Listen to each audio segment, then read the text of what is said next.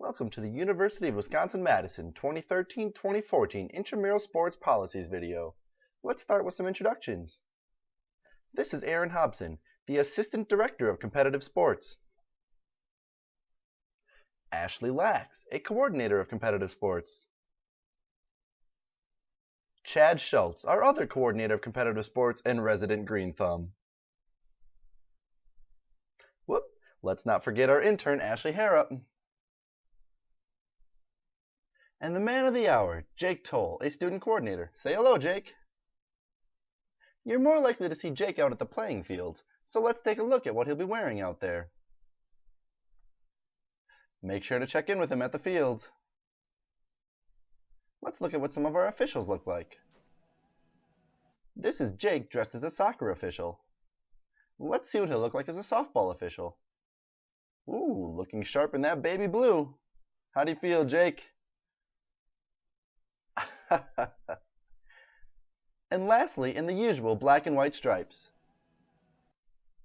Oh, got you again. Hey, Jake, let's go take a look at our facilities and learn some policies.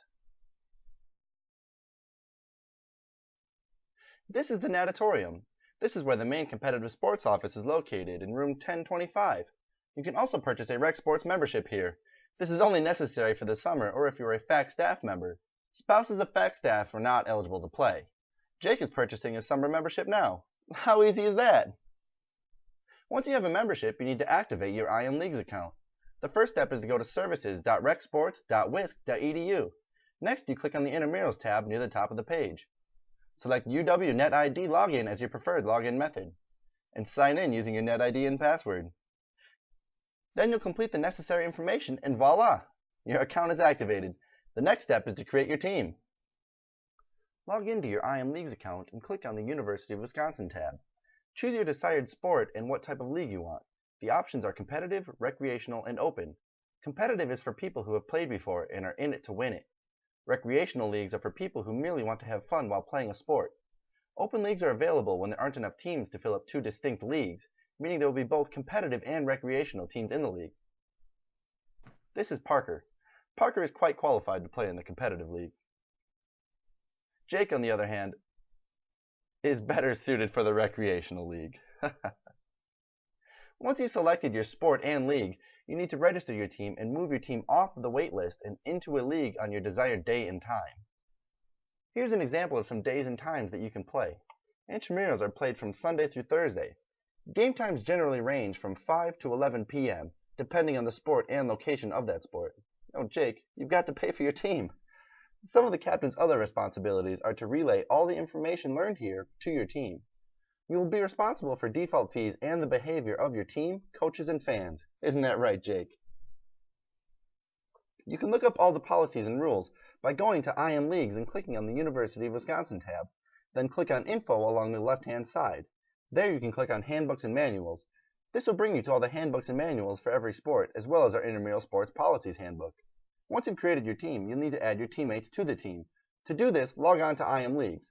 Click on the Home tab and select the team you wish to add players. Select Invite Members. Invite members to join your team via email. An email containing a link which will allow each member to join your team will be sent. The minimum number of players you need to add is equal to the minimum number of players necessary to start a game. This number will vary from sport to sport. Responsibilities during the season include contacting the competitive sports office if the team needs to default their upcoming game. The communication needs to happen before noon on the day the team is supposed to play. Teams are allowed one default a season without repercussion. 2 or more in the team will be ineligible to play in the playoffs. The captain will also be responsible for checking IM Leagues for game times and checking the accurateness of game scores. Listed are the different sportsmanship scores a team can acquire. They rank from 0 to 5, with 5 being a perfect score. The sportsmanship scores will be averaged throughout the season. A team needs to maintain an average sportsmanship score of 4.0 or better to be eligible for playoffs. Once in playoffs, the team needs to maintain a 4.0 average or the team will be disqualified. Teams can acquire a sportsmanship score of 5 by behaving well before, during, and after the game. A team's spectators will also be taken into account when the supervisor is marking down their sportsmanship scores. This list of scores can be found under the Handbooks and Manuals section of IM Leagues for further review by the participants.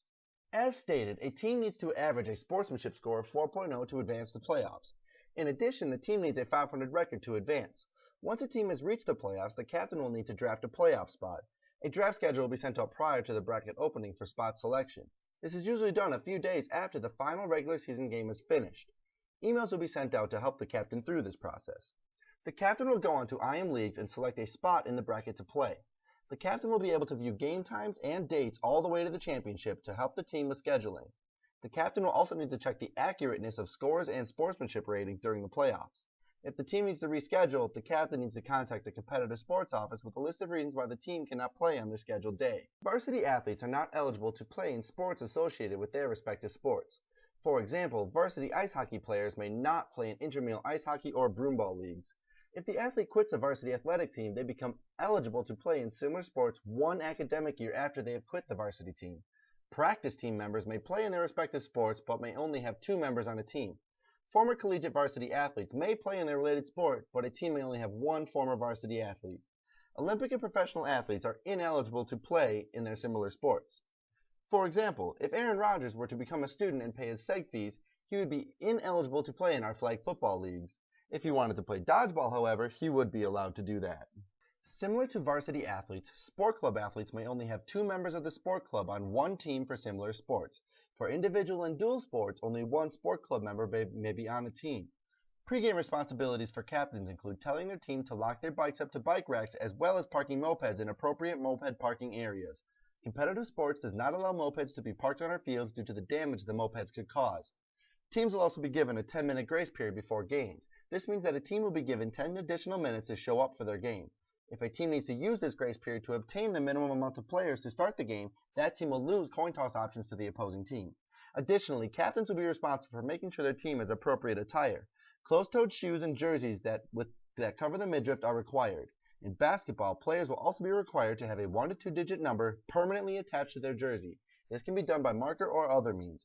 Tape will not be allowed as a fixture. Ice hockey requires players to bring both a light and dark colored jersey to wear. Flag football players may not wear shorts with pockets as it is a health risk.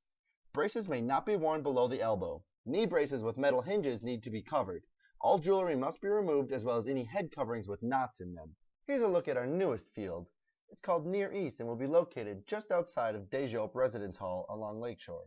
Stay connected with Rec Sports by liking us on Facebook at UW-Madison Division of Recreational Sports. Or you can follow us at Twitter at UW-RecSports. You can also follow our pages on Flickr and Foursquare by following UW-Rec Sports. If you have any questions regarding the weather, you can always check out our rainout hotline at 608-262-4756. And once again, you can email us at imsports@recsports.wisc.edu. I hope you enjoyed this video. Have a nice day. Non-Wisconsin.